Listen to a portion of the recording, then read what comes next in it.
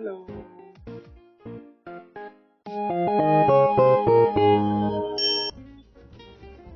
Hello and welcome to today's lesson. In today's lesson, we'll be talking about decimals. And our focus is going to be on what decimal number is, addition of decimal numbers, subtracting decimal numbers. Let's begin.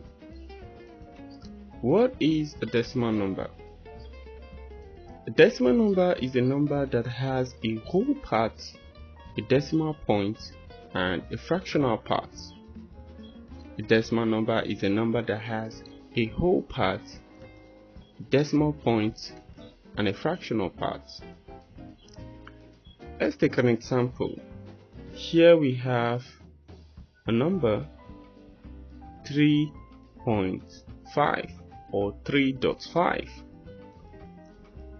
3 represents the whole part, so we have 3 whole parts, and then we have our decimal points, and the 5 represents the fractional part. Now, in this other example, we have 2143.509. The whole part here is 2143. The whole part is separated from the fractional part with a dot, which is the decimal point. Now the fractional part here is 509. Now we all know our place values for the whole parts. 3 is the units, 4 represent the tenths, 1 is for the hundreds, and 2 is thousands. What about the place values for the fractional part? 5 represents the tenths, 0 is in the hundreds, and 9 is for the thousands. Let's take another example. Here we have 1010.402. 1010 represents the whole part, and 402 is the fractional part. Now the place value remains the same. 0 represents the units, 1 represents the tenths, 0 also represents the hundreds, and 1 represents the thousands. But for the fractional part, 4 is in the tenth place value, 0 is in the hundredth place value, and 2 is in the thousandth place value. Now, addition of decimals. The addition of decimal is similar to the addition of whole numbers. The fractional parts will be added together just as the whole part is being added together. Now let's take an example. 4018.472 plus 21.203. Just like in whole number addition, we'll start from the lowest place value, and the lowest place value here is the thousandth place value. So we'll be starting from the right hand. 2 plus 3, which is 5. Then we move over to the hundredth place value. 7 plus 0, 7. Move over to the 10th place value. 4 plus 2, 6. And we move over to the unit place value. 8 plus 1, 9. Move over to the 10th place value. 1 plus 2, 3. And the hundreds and the thousand place value follows. 0 and then 4. So we've added the whole parts to the whole parts, the fractional parts to the fractional parts of the different numbers. So where are we going to place our decimal points?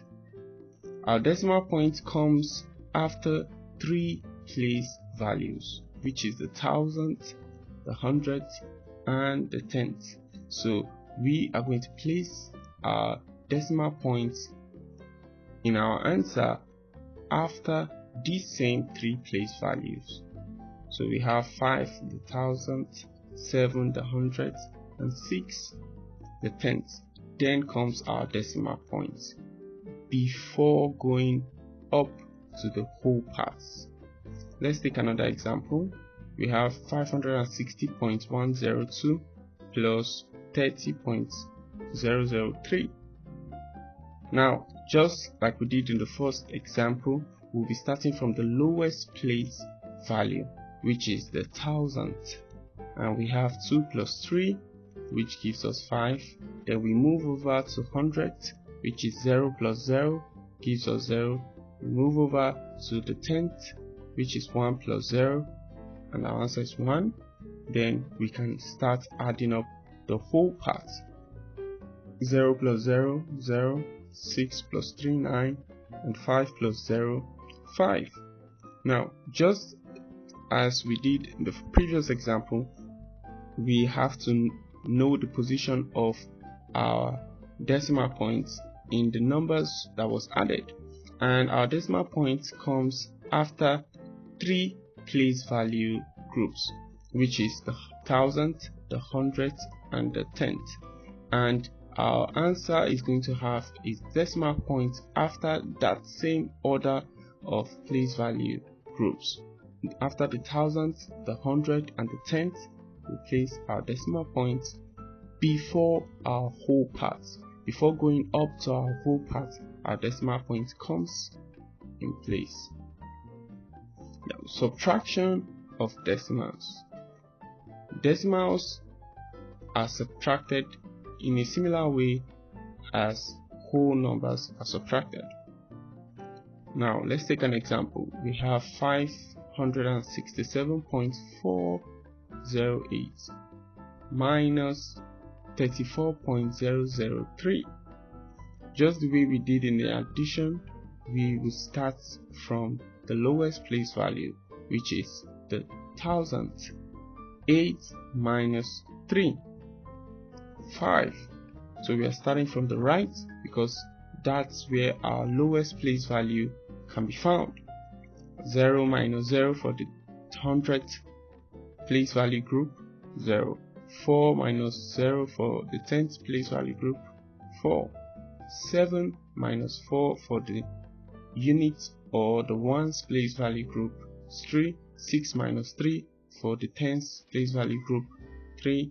And 5 minus 0 for the hundredth place value group. Now, just the way we added our decimal points in while solving for the addition, we have to also count how many place value houses comes up before our decimal points from the question, or from the numbers that were added, or from the decimals that were added.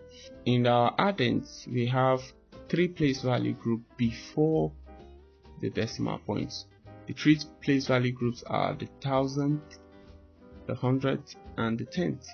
They came up before our decimal points.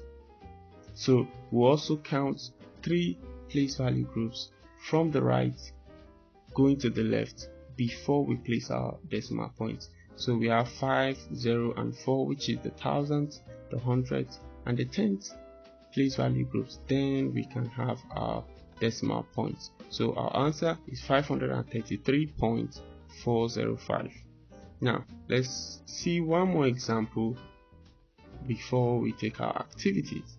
701.815 minus 1.602. Just the way we solved in the previous example, we'll start from the thousandth place value group, which is 5 minus 2, 3. Then we move over to the next place value group, 1 minus 0, 1. And we move over to the 10th place value group, 8 minus 6, 2.